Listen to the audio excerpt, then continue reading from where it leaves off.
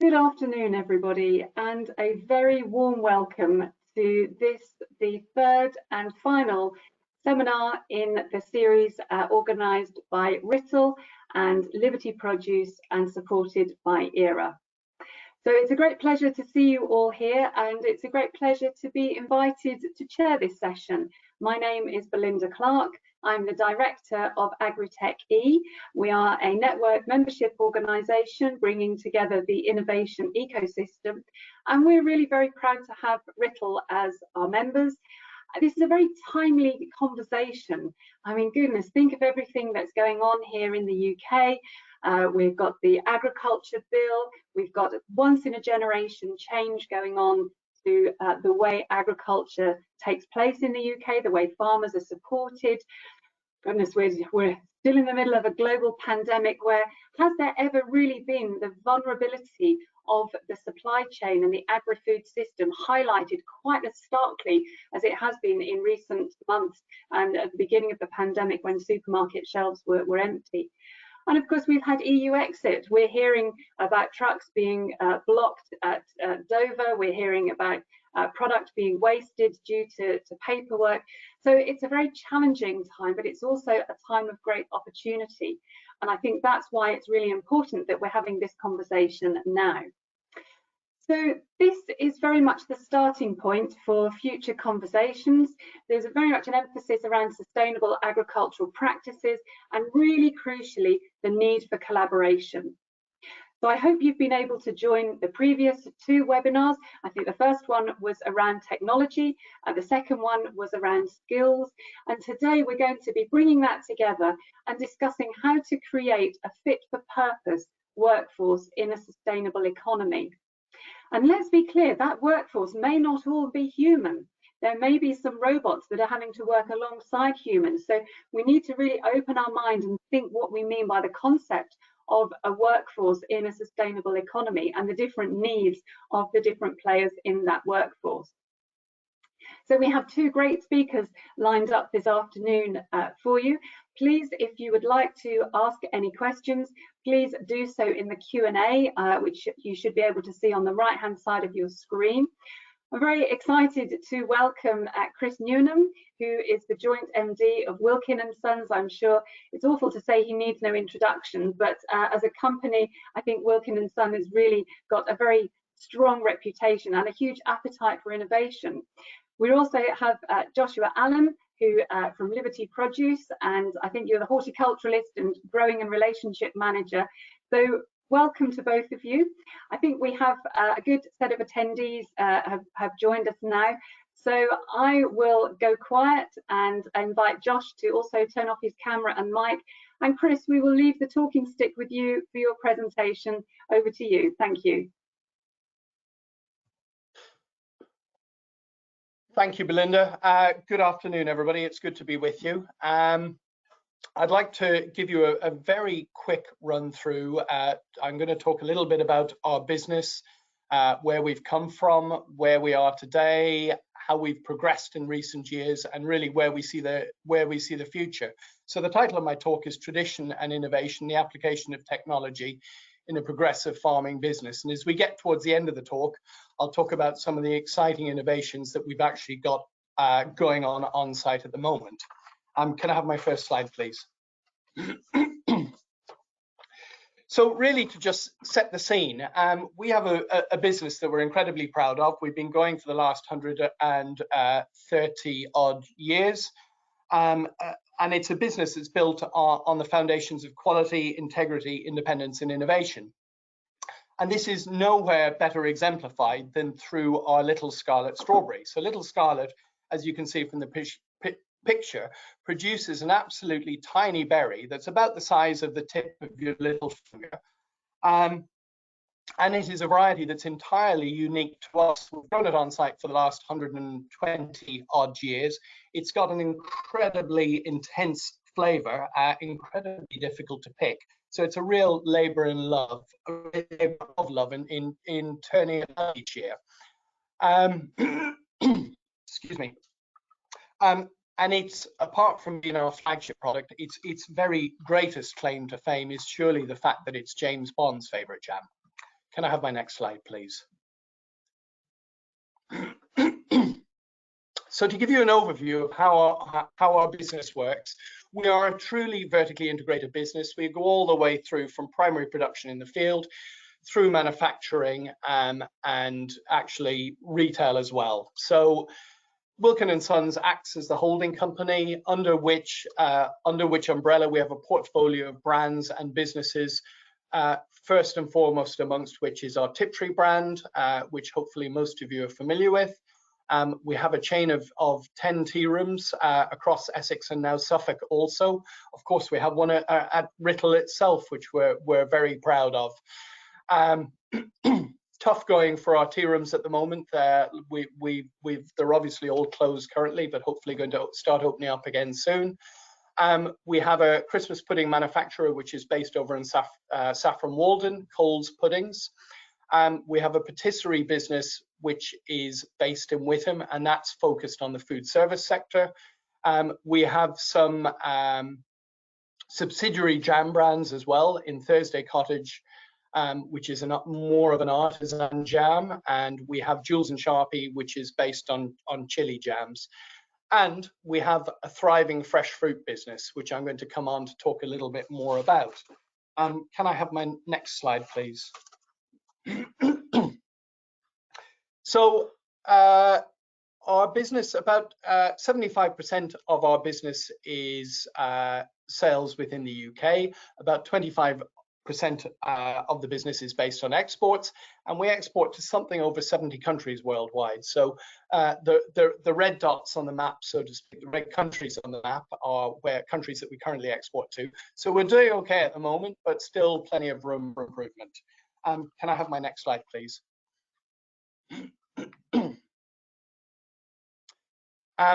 We are on the cusp of change. We still are very much a family business and still very much have that family feel about us.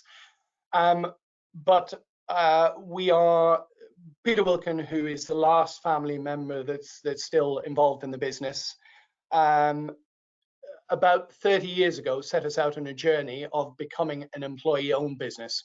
And we've been in transition over the intervening period, and we've just reached the point in the last 3 years where collectively now the staff own the majority of the voting rights within the business. So not a dissimilar model to the John Lewis partnership, for those of you who are familiar with that. May I have my next slide, please? And the first picture on that, please. So coming on to talk about our farms more specifically and how things have developed really over the last 25 years. Back in 1995, this would have been a fairly typical scene. It was about as traditional as things got. We were growing our strawberries on bare ground, matted rows, and we were achieving correspondingly with our crops. Yields were very low, and crops were pretty erratic from year to year. Can you put up the next 3 pictures, please? Thank you. So this just goes clockwise going around the slide, helps to just show how things have evolved. So 25 years ago, very traditional systems. 20 years ago, we went to a raised bed system where we got a little bit more technical with what we were doing. About 15 years ago, we started using grow bags. So the slide that you can, or the picture you can see in the bottom right-hand side of the screen, we started putting grow bags onto those raised beds and growing in grow bags, and that led to a scene as per the bottom left-hand picture. So we were getting our crops slightly higher up in the air. It was much more consistent in terms of cropping, but it was still pretty difficult and pretty tough work. Can I have the next slide, please? And I think if you put up all 4 pictures, I can talk to them simultaneously.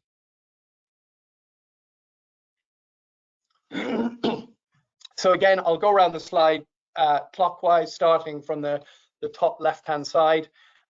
So going from growing on in grow bags on raised beds, we then decided to raise them further up into the air. We put them onto what was our version 1 tabletop system. This is back in 2010. And you can just begin to see that we're starting to cover the crops at that stage with polytunnels as well. So tabletops and polytunnels happen roughly simultaneously for us.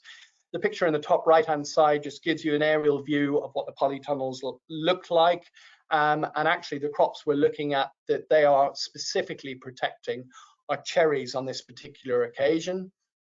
We come back to the strawberries then in the bottom right-hand slide. And having moved to tabletops, we've then been quite innovative with how we are growing those strawberries on tabletops, and we've employed and what we call our new growing system, where we are using an oscillating tabletop system and growing plants much closer together. So traditionally in a tabletop growing system in an open field, we're growing 50,000 plants a hectare. In this particular iteration, as you'll see a little bit more about in a second, we are cropping anything from 100 to 200,000 plants per hectare. 200,000 plants a hectare is actually too dense. 100,000 is looking like it's about optimal. But if we go on to the next slide, and there's a video clip therein which will give you more of a flavor as to how that system works. I'm just keeping fingers crossed that the embedded sound is going to work.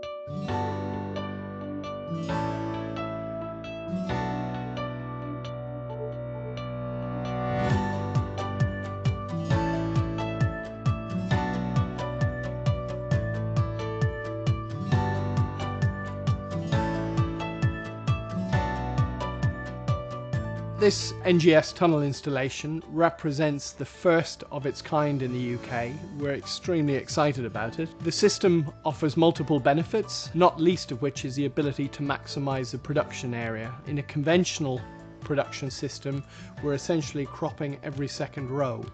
But with the NGS system, we have the ability to crop 100% of the area. And not only that, we also have the ability to increase the plant density. On our conventional strawberries, we're cropping at the rate of about 50,000 plants a hectare. At its most extreme in here, we have up to 200,000 plants a hectare. We have gutters on the roof of the structure where we collect the water, all the rain, all the dew in the morning, and we send it back to the reservoir. We believe with the rainfall in this region, we're going to be 80% self-sufficient. We also collect all the water which run off the plant or the bags and then put it back to the reservoir and use it again. So we've got a 0% waste. Where we are farming in the driest part of the driest county, it represents a huge opportunity for us to capture rainwater from the roofs and to give us the ability ultimately to increase this area and grow more fruit as a result. Our new growing system has fully integrated climate control, so everything is working automatically. When the temperature rises, the vents are opening, vents on the top, vents on the sides, and letting air in into the greenhouse, and that way it cools the temperature down. Our system is fully enclosed. It's giving workers much better working condition. They're not exposed to the environment. Also, as it is fully enclosed system, we can produce strawberry for longer. We're starting much early in the springtime and continuing much later in the autumn. Ultimately, the great benefit of the system is the benign environment that it creates. We've got much lower pest and disease pressure in here, and we have the ability to draw lots of air through the tunnels and essentially keep the plants nice and dry, keep humidity levels low. All that leads to what is ultimately the acid test, and that's eating the berry, and I'm delighted to say that these are fantastic. We've grown fruit on site for something over 150 years, and the company has always been innovative over that time, whether it's adopting new production techniques or planting new varieties. The installation of this NGS system represents the next stage in that process of evolution. It's cutting-edge technology and keeps us right at the forefront of the fruit industry.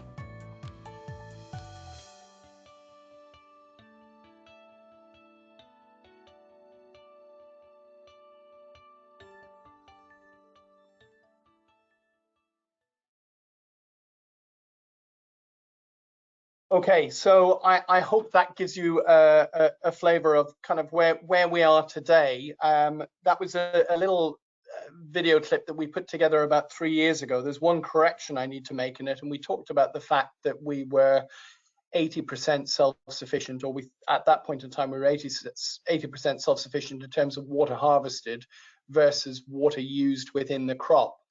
Our experience over the last 2 years is that we are now at a point where we are 100% self-sufficient in terms of water harvested versus water irrigated. And farming as we do in the driest part of the driest county, that is a massive achievement for us. Very pleased with that.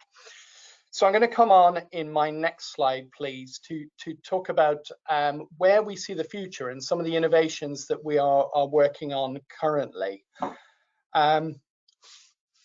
So I will start in the top right this time with our wise farmer. Experienced gardeners and crop growers can identify problems in their produce, whether that is a lack of water, scorching from the sun, or diseases and pests.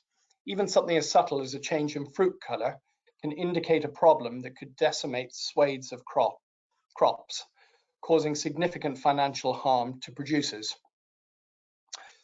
So the next picture on the left-hand side is of our confused farmer. Currently, these problems can only be detected by people with experience. Not only is gaining suitable experience difficult, but using humans to monitor crops takes up huge amounts of resource. You either need to pay lots of people to cover large areas of ground quickly, or hire fewer people, but accept that a problem may not be caught in time. So cue the picture of Wally. I hope it's not going to look like this, but this relates directly to the work that we are currently doing with Essex University and Innovate UK, and our knowledge transfer associate who's recently started work for us. Our collaborative project combines the Internet of Things and computer vision with expertise in plant disease. The project is enabled by both terrestrial and aerial monitoring, based on sensors and on-site cameras, as well as drones equipped with a hyperspectral camera. A data fusion platform will be developed that will be fed with collected data and will compare it to information on known problems in order to detect signs and symptoms of different plant diseases. This may include the soil, growing media, and weather conditions such as drought, the growth of fruit, the size or color of fruit, the color of stems and leaves, or any unusual patterns that indicate potential infection. As soon as a potential problem is identified, site staff will be notified not only of the exact location of the problem, but also about the potential problem, along with a recommendation for corrective action. Can I have my next slide, please, and both pictures on it?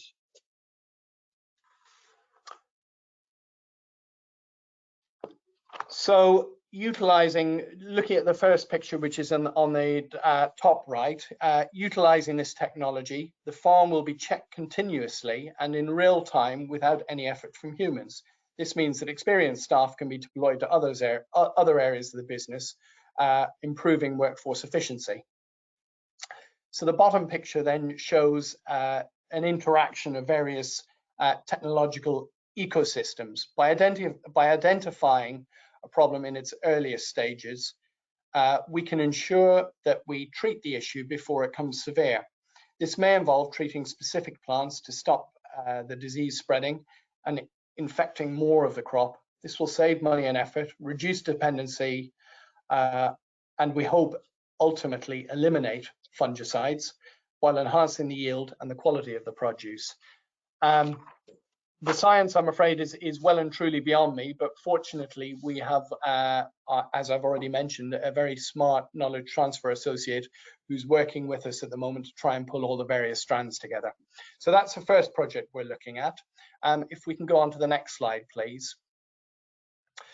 The second Innovate UK project that we have, that we're working on at the moment in collaboration with the University of Essex, is what we're calling Project Versatile, and it's all about configurable smart indoor harvesting of sweet peppers, tomato and strawberry crops. We are particularly interested in the strawberry crop angle. This is a collaborative project that's been worked in tandem with a Chinese partner, and the Chinese partner is looking at the sweet peppers and the tomatoes. Can I have the next slide, please? So this slide is about the versatile approach. I don't propose to go into the detail on it, but there are various elements to it. It's all about configurable perception, general adversarial networks, configurable actions, passive motion paradigms, which I don't pretend to understand in great detail, I'm afraid, robot operating systems,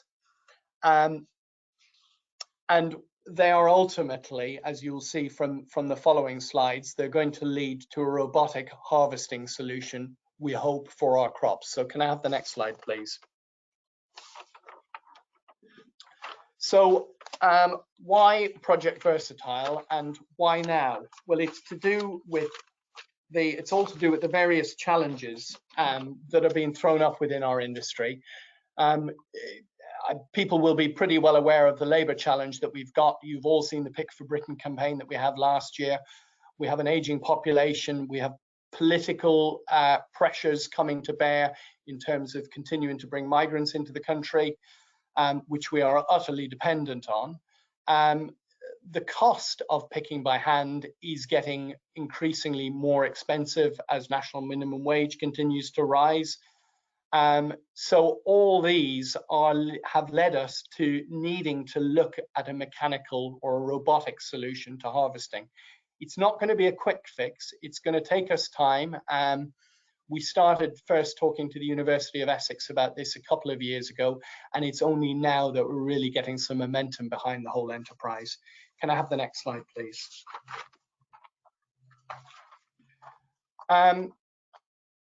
So what are we hoping to achieve as a consequence of Project Versatile? Well, we're looking for a viable robotic harvesting solution. It's got to be configurable. It's got to have greater than 85% accuracy. I think what distinguishes ours from some of the other work that's going on at the moment is that we are looking at a bimanual, a two-handed solution as opposed to a one-handed solution. Dexterity is important. We're looking to drive down that manual labor cost as a consequence of doing this exercise. So currently that manual labor element is about 60% of our production costs. So if we can get the cost of harvesting down, we're never going to eliminate manual labor entirely within the crop. There are always going to be jobs that we've got to do that still require manual intervention, but we think by driving out the harvest cost, we can certainly target that biggest of costs within the crop. We also think that a robotic solution has the potential to be gentler on the crop and that we will get a higher class 1 output as a result. We think that there might be a 5% additional margin to be had there as a consequence. So I think that probably gives you an overview of it. It's a very quick snapshot, a very quick run through, but I hope it gives you a flavour of where we're coming from, where we are today, and some of the direction that we're looking at for future reference. So thank you very much for listening. I think my last slide is my thank you slide anyway. Thank you so much, Chris. What an inspiring journey to see from the traditional to innovation. It really is a masterclass in how to do this well. So thank you for sharing. I'm just going to take a couple of points of clarification, if I may. I know we'll see you again at the panel session after we've heard from Joshua, but there's a question that's come in on the chat, Chris. Did you see higher employer satisfaction and quicker harvesting when you moved to the tabletop growing system? Yes, we did. Very, very definitely. I mean, picking strawberries, picking fruit is a pretty tedious task, however you try to dress it up. But we certainly, getting out of the ground, it made a huge difference. You know, people might have had sore heads from what they were doing, but they didn't have sore backs anymore. And from a productivity point of view, productivity, well, didn't quite go through the roof, but I mean, it was double what it was when they were harvesting on the ground. Brilliant. And I'd like to pick up on culture and embedding tech in culture, maybe when we've heard from Joshua. So for now, if I can invite you to maybe turn your camera and your microphone off, and welcome Joshua Allen to join me, please. Hi, Joshua. Okay, so I'm going to disappear, and I'm going to leave you to tell us about Liberty. Thank you, Joshua. Cool. Well, this is just kind of to give an overview of Liberty Produce as a company, but also I wanted to sort of share my journey and sort of how I retrained and sort of got into the horticultural industry, because I think we're going to get to a point where people are going to need to be kind of retraining, and I guess from my perspective, it's just nice to be able to share that story and I guess give some inspiration and insight into that. So if I could have the first slide, please. So just an overview of my journey. Prior to me going to Rittel, I was actually a very well paid position, working as a broker for a very well known sports betting exchange. A lot of people said I was mad to actually move away from the industry that I was in, but quite frankly, I just wasn't getting the job satisfaction which I required. I've always, you know, as a child, I was always into horticulture and gardening, working with family, planting seeds and growing fruits and vegetables and stuff. And it's always been kind of, you know, the bedrock of me as a person, really. So I've always had a fascination with the kind of natural world. So finished quit my job, took a year out to find myself, and questions I kept asking myself was what do I want to do and where do I want to go, and it always led back to plants and nature somehow. So I kind of wanted to retrain and get it right. But it was quite daunting because I was looking at a lot of the salaries and they were considerably less than what I'd been on. So I was essentially going to have to start again from the get-go, and that was a real big step. I did it, and I just had this kind of feeling that actually, if you follow your passion, then you know the money will always come. And so far, so good. Started at the bottom. You know, started at Rittel in 2014, where I undertook a Hort BSc. That was really good. Just on that, actually, it was a really good place to be. I was actually going through some pretty trying times in my personal life, and there was so much support there, and you know the will to help me kind of move forward and get on. So I was really happy that I made the choice. There was a couple of other places I looked at, and I was drawn there. So that was really good. Since leaving there, I've kind of, I guess, gone through the ranks and worked for a couple of companies, kind of from 2017, and then started my own horticultural consultancy where I didn't want to pigeonhole into one sector, so I kind of do some stuff in all areas really, from R&D to commercial landscaping, and always just kind of trying to push the boundaries really and test myself and learn more. The R&D side kind of did push me into kind of indoor horticulture, and made a connection with Liberty Produce, and yeah, it's just been a bit of a whirlwind really. We align in a lot of our views on sustainability and the importance of kind of food security. It doesn't kind of cost the earth, so there was a really good kind of match there. So what I kind of do now is I work with Liberty to design sustainable tech and solutions that we can kind of work with our customers and understand our customers to know what it is that they truly want. We don't want to just sell you a product, we want to sell you a solution, which I'll probably get onto a bit later on. If I could have the next slide, please. Which is a short video of our R&D, purpose-built R&D facility, government funded. Perhaps I'll talk about it afterwards if it's going to come on now, actually. Stephen McMenemy reports. Could this be the answer to feeding ever-growing populations around the world? A new facility at the James Hutton Institute uses the latest technology to grow crops. inside shipping containers. The work going on here is seen as vital to help the UK maintain crop requirements for the future. But it could also be used in countries where crops consistently fail. This model, given that it's a container-based system, can be shipped anywhere around the world. It's not reliant on the natural environment at all. It's fully self-contained. We're controlling the environment within it. This mode of farming looks set to be a growth industry. Stephen McMenemy, STV News.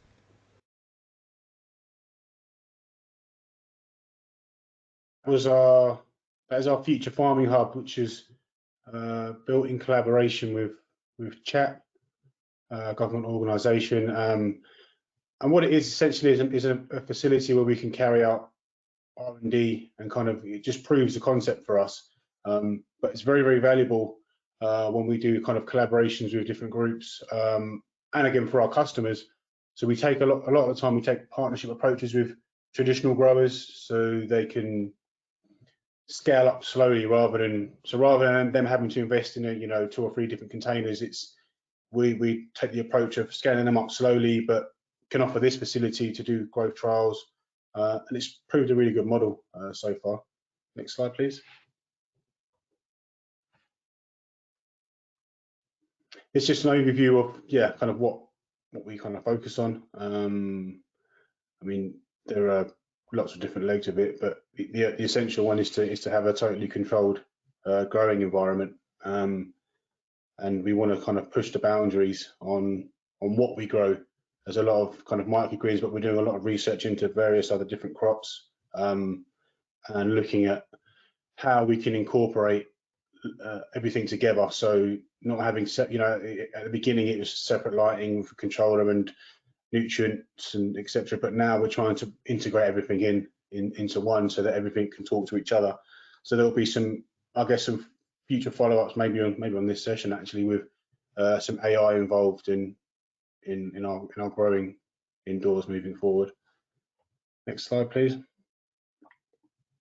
I wanted to just give a quick overview of this. This is the latest kind of project that I've been working quite closely on. We call it the Liberator X. So we've got various different sizes of the Liberator. There's the main Liberator, if you want to call it, is the overall large container. But what we found as we've been carrying out a lot of kind of research with various different customers and inquiries, etc., is that it's a very, very big capital investment, which can easily fail. So what this offers here is a very, very small scale farm within a cupboard, really, which is really helpful on the basis of research, and enables clients and customers to kind of prove their concept, really. And this has been really helpful for us to carry out the research. That we don't just want to just grow microgreens. We want to look at various different crops, from pharmaceutical crops to tomatoes. And one of the things that's really nice for us to be able to do is to kind of the development alongside this of genetics. And it's really interesting. We've got a couple of partners that we're working with that actually some of the field genetics that may not have been very good and may not have been hardy to grow outside can now be used in the indoor environment. So that's something that we're looking at in a bit more detail. Just trying to kind of push the boundaries a little bit on that, really. Next slide, please.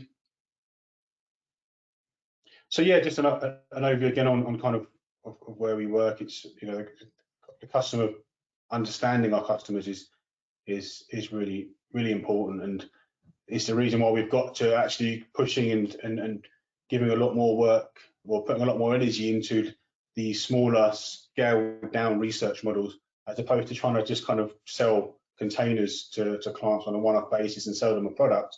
We take the approach of a more of a kind of collaborative partnership, which is great because a client can come with us. So there are a couple of broadacre farmers that we're now working with, which is really good because they're originally were farmers, and they're now starting very, very small scale microgreen setups, and we're able to walk through it with them. And that's really important for us to kind of share the knowledge and add value to their new startups. Because for us, it's how can we kind of create sustainable carbon, I want to say carbon zero produce really. But we've been looking at that. That's one facet of it, but actually we're also looking at the life cycle analysis on buildings, and working with in a different sector completely, which is the kind of working with master planners and looking at options and opportunities in the kind of new developments sector, and repurposing of buildings. So we're trying to look at how we can use waste energy and waste heat to turn that into energy that we use to kind of grow crops in the urban environment. Next slide, please.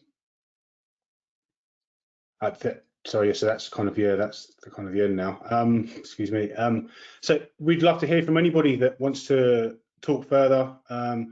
As I said, we're all about kind of collaborating really. We don't believe anyone has the one answer, but together we can all grow and make the future of food security stronger, based here in where we are in the UK. So thank you very much. Thanks so much, Josh. What an amazing journey, and we want to hear more about that. Chris, can I invite you to come back and join us, and just to remind delegates to please ask any questions in the chat. There's one point of clarification for you, Josh.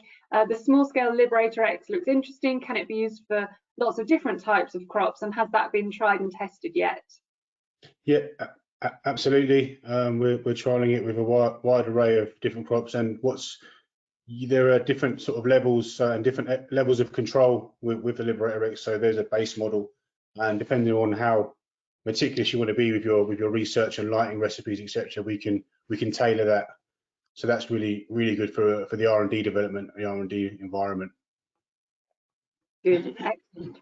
Okay, can I just? I'm really interested in. The whole point of this session is around the workforce of the industry. And so, Joshua, can I start with you? What was your perception of this sector when you were running your gambling brokerage in that role? How did you view this sector, and then how did that change when you got into it? In all honesty, I didn't really have a look at it in that capacity. I was fixated on what I was doing. It wasn't really until I kind of stepped away and took some time out and had a look at things. And yeah, it was really daunting. But I was really lucky to find a place like Writtle, which, although is small, is really well renowned. I've travelled a lot, and Writtle are really well known, which is really cool to be part of the alumni there. And this definitely helped. Just the studying and retraining at the level I did definitely helped me to get into the doors that I've managed to open. Whilst it took a few years, but I'm now in a really nice position where I'm kind of heading up growing trials, and that's really fun.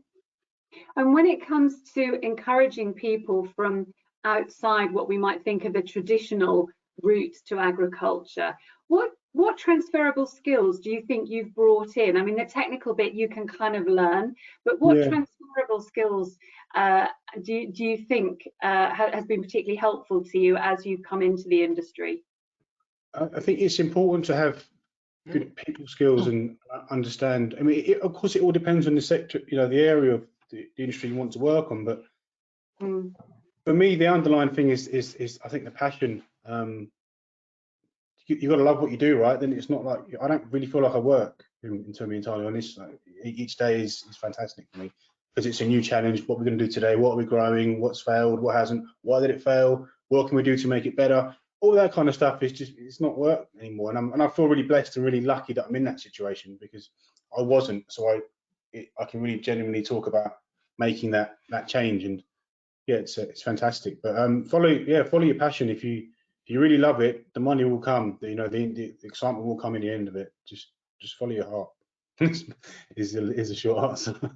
Very inspiring stuff. And Chris, you've seen a sort of a transition across the industry from what has been sort of traditionally lower skilled roles to now so much higher skilled roles. And are you seeing that's attracting different people from different backgrounds to apply for roles within the business? I think it's beginning to. I think we are on the cusp of very significant change within the industry. I think in recent years we've certainly were engaging much more a higher level of skill than we have done historically. But I think the skill set is going to change beyond all recognition over the next decade or so. It's the technical side of things that those of us who are kind of traditional, born and bred farming type really haven't fully grasped yet.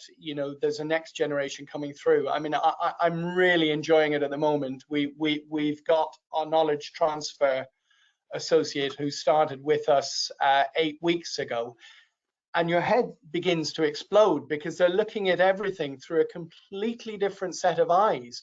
And suddenly you're seeing a whole pile of opportunities out there that you'd never fully recognized before. So yeah, I think it's going to be very interesting over the coming decade.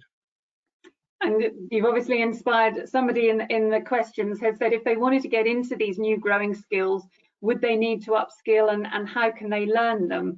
So presumably Rittel, from your experience, Joshua, Rittel has armed you with it, and presumably Wilkin Sons will give you the in-job training as well. Is that fair, Joshua? Do you want to pick that up to start with and then come to Chris? Yeah, absolutely. They definitely did give me the armory that I needed. I think it's you don't leave knowing everything, but you leave with the means to understand and find out.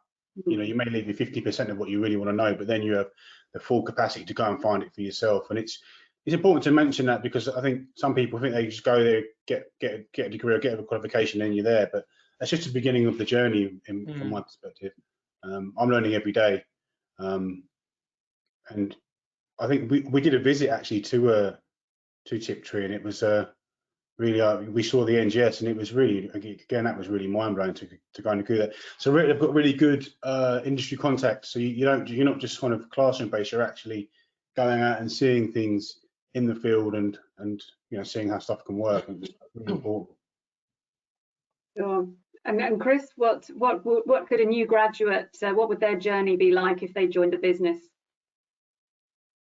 I think it would be really exciting. I mean, just reflecting on where Rittel are at the moment, I know they've launched or about to launch a degree in sustainable food production, which I think is an outstanding call. And I think they've also got, picking up on the controlled environment side of things, I think they're also delivering units in that respect at the moment, which I think is excellent. No, I think coming into the industry, you just got to keep an open mind all the time. And as Joshua says, that learning journey just never stops. The older I get, the more I realize just how little I know and how much there still is to learn out there. So, keep an open mind, and there are a lot of interesting opportunities and very different directions that you can take now, all sorts of different levels. So I'm interested in understanding the cultural change, and it kind of picks up on one of the questions that was asked in the chat around increased productivity.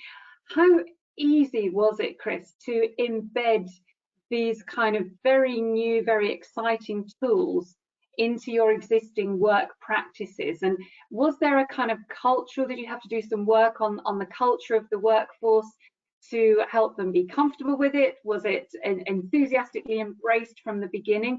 Just can you talk us through that journey around how that integration happened at a sort of people level? Yeah, okay. So I think the change that we've seen, particularly over the last 10, 15 years, has been evolutionary change rather than revolutionary change. So I think that was much easier to bring people with us on, and they saw positive, tangible benefits from what we were doing at all sorts of different levels. I think the change that we're going to see over the next 10 years is going to be comparatively revolutionary change. So I think, you know, how we manage that and the skill set that we need, as I'm seeing through the, you know, some of the people that we've got on board now, I think that's going to be quite a ride, quite an exciting ride, you know, in the most positive way. So I think where we've come from and to so far, it's been okay. You know, the changes that we've made have made people's working lives and conditions better.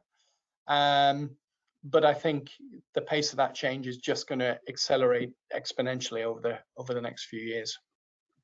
And are you seeing the much touted narrative around the jobs will become higher skilled jobs?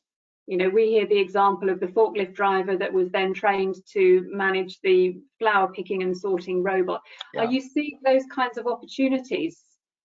Yeah, I think we absolutely we are. You know, I mean, you know, at its most basic level, you know, a tractor driver really isn't a tractor driver anymore, is it? You know, he's operating a computer essentially. So I think we are seeing that, and the control systems, you know, the brains that we've got to run our irrigation systems, our climate control systems, all of those kind of things are requiring a completely different skill set. Sure. And have you got any comments on that, Joshua?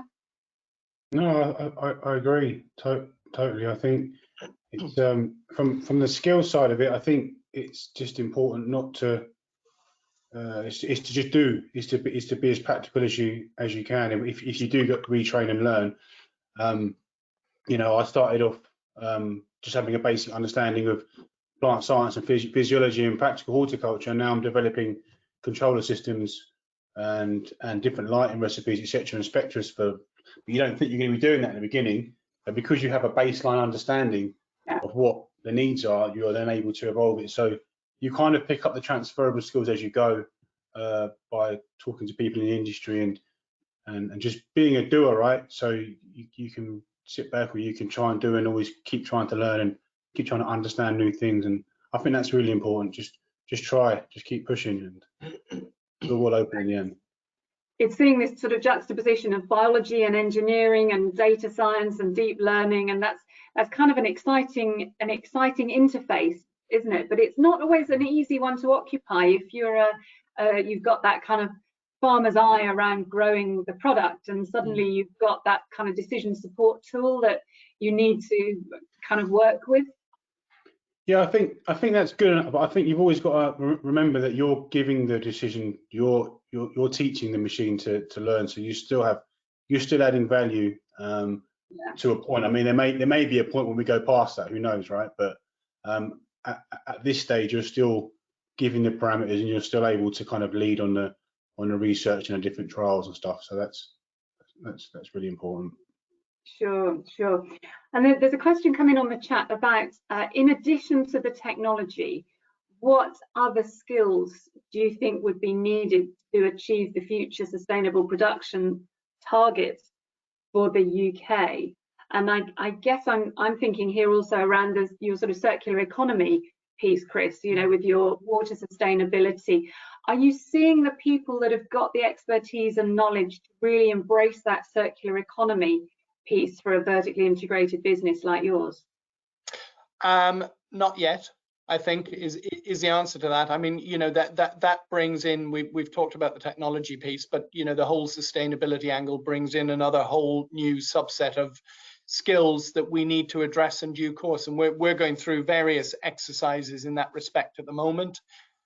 You know, we've got a manufacturing business which is highly carbon intensive, but we also have a farming business which should present some opportunities for offsetting some of the worst excesses of the factory. But you know, we still need to look very carefully at the you know, at our operations to try and reduce our footprint there. So I think that brings in a very different angle, and we're just at the point where we're trying to grapple with all of that at the moment and trying to make sense of it all.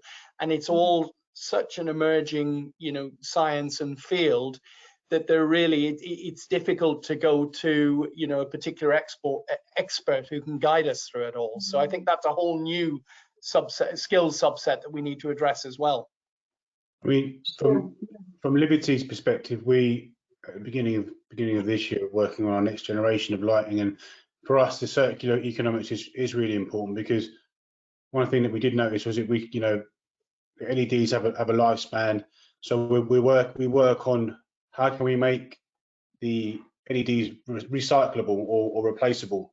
So before, where we would just make a singular unit, the approach we take now is to try and make kind of bars and strips that can be replaced and changed, and then we can kind of work towards a specific customer's needs.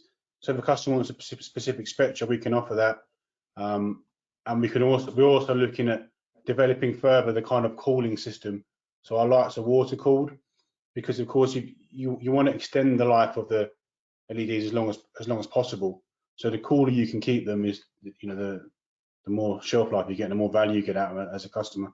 But definitely that's been one of our top priorities is sustainability, because otherwise you just make a product which ends up in landfill, which is not what we're about. Yeah. Really And important. the whole point of this webinar series has been around sort of supporting the concept of collaboration and working together, and that's the kind of thing that my organisation does, putting together farmers and growers with tech developers and researchers. How easy do you think it is to find the kind of technologies and the expertise that you need? I mean, Chris, you've got these 2 Innovate grants, which are not easy to get, so congratulations on that. Obviously, Essex has a geographical proximity to where the business is located, but how easily did you find your collaborative partners in that consortium? I think to a degree, the opportunities fell into our lap. No, that's too easy. I mean, there was a bit more to it than that, but I mean, we had a rapport with the guys at Essex. We were networking with them from time to time, and the opportunities arose through that. They had they had ideas about some of the work that they were doing. We spoke to them, and I think things evolved from there. So I'd love to say it was a deliberate plan on our part to set out to find the right people. I think it was just happenstance that we met the right people, and our goals aligned, and we were able to progress from there. Yeah, trying to increase serendipity for those conversations is, I mean, that's something we try and do to sort of increase that bumping into people. Joshua, do you have any thoughts on that? How would you go around, or how have you gone about finding collaborators? Have you had collaborators on Liberator development, for example? Yeah, we've had a couple of universities that we've worked with, a couple of growers. We find that working with growers is the key. We would love to work with more growers in all capacities, because they're the people that are ultimately going to be using technology. So for us, we want to try and bridge the technology gap between a traditional grower that knows what they're doing and doesn't want to try and maybe evolve and change into the new technology. And we want to be that kind of, I guess, catalyst, really, where we start on as a very, very small scale and grow it from there. But our network is growing, by weekly, and we've got a lot of collaborative grants that we're kind of working on. So the future looks bright. It's a really good industry to be in. We're really excited about this year. But Belinda, here's a challenge for you, because you're much closer to these things than the rest of us are, but it's a continual source of frustration for me that the work that we're doing around robotics, we're working in isolation. There are there's at least 4 other similar projects that are being funded via Innovate UK that are ongoing at the moment, and none of us are collaborating with each other. And I think the whole system is structured such that we're not meant to collaborate with each other. I think they want, do they see innovation happening quicker with lots of discrete projects? Why is there not more collaboration between projects of similar interest? Gosh, well, it's not for me to comment on how these things are structured. My perception is that there is an element of having, what government doesn't do is back winners. So I think it would be an unusual circumstance in which just one project that was the one that was considered to be the winner would be exclusively supported. So, you know, we know from the way innovation works is that you need kind of multiple things moving forward. I suppose it is quite difficult to try and structure collaborations if people aren't necessarily there already, and we know this firsthand. You know, there's a lot of complexity underneath a collaboration, an R&D collaboration, which may not necessarily be a clear cut. You know, there could be issues of intellectual property, there could be, you know, competitiveness. You potentially want to keep your competitive advantage to yourself for very understandable reasons. But I think it's a fair challenge, and if there's anyone from Innovate UK or UKRI listening, what I would say is that I think the farmer innovation package from DEFRA that is going to be coming down the line is very much around working with farmer cohorts working together. So let's wait and see, but it is a very good challenge. Now, Pontus, we've got about 5 minutes left, and I wanted to, there's one quick question around consumer perception of crops grown using technologies that are grown by the robots. Do you have a sense that this will be something that will increase appetite? Will people care?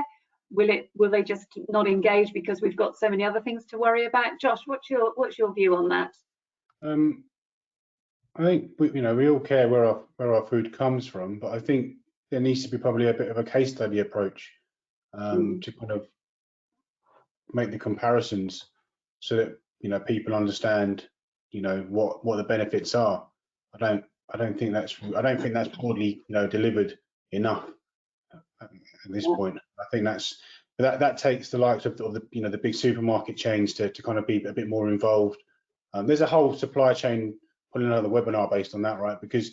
But from our perspective, we believe that it's important to make the case studies and make the comparisons to weigh up and show the importance. Sure. Chris, do you think there's are you touting that as a USP? No, we're not touting it as a USP. I don't think people will care ultimately. I think there is a small percentage of people who might be curious as to what's happened, but as long as the quality and the flavour of what's on their plate at the end of the day is good enough, I don't think they'll explore much beyond that. Sure. And if it affects the price point, that could well be the deciding factor, right?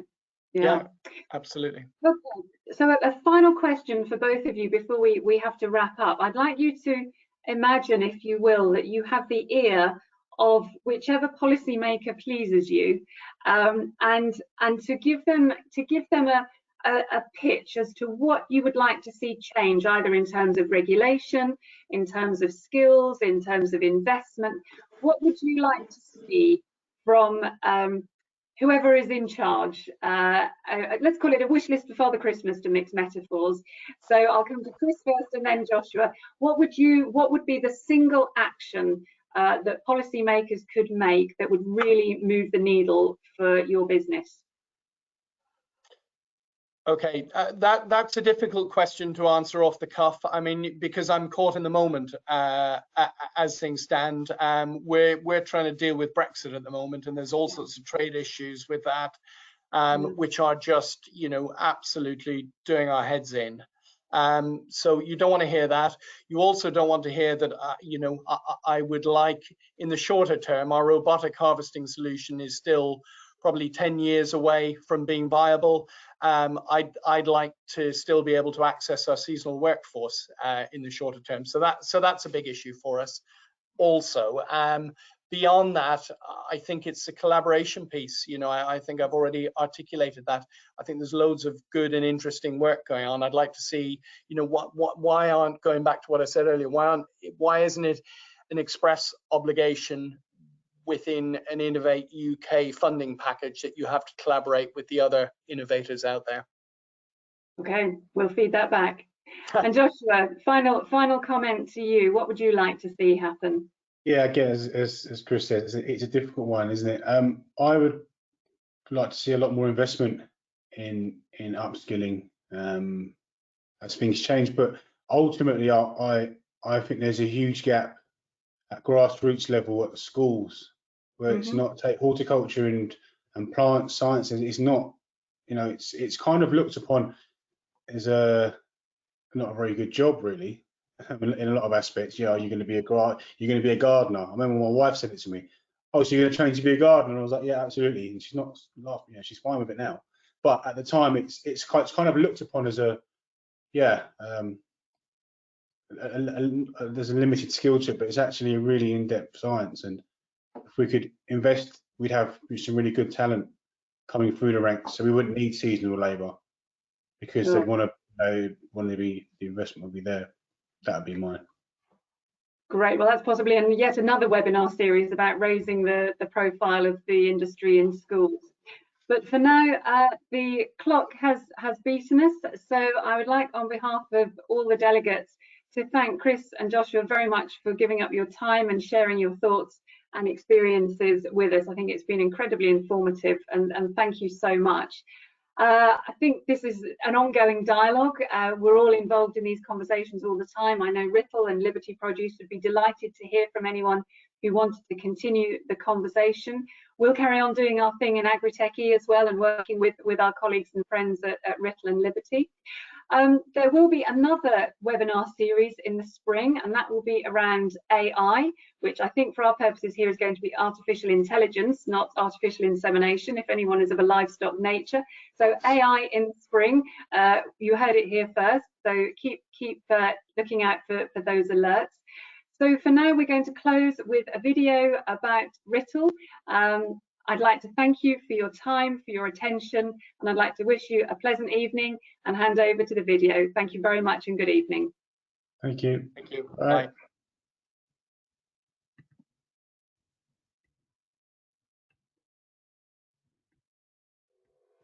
The great outdoors, and even greater indoors. An education for the real world. Putting theory into practice.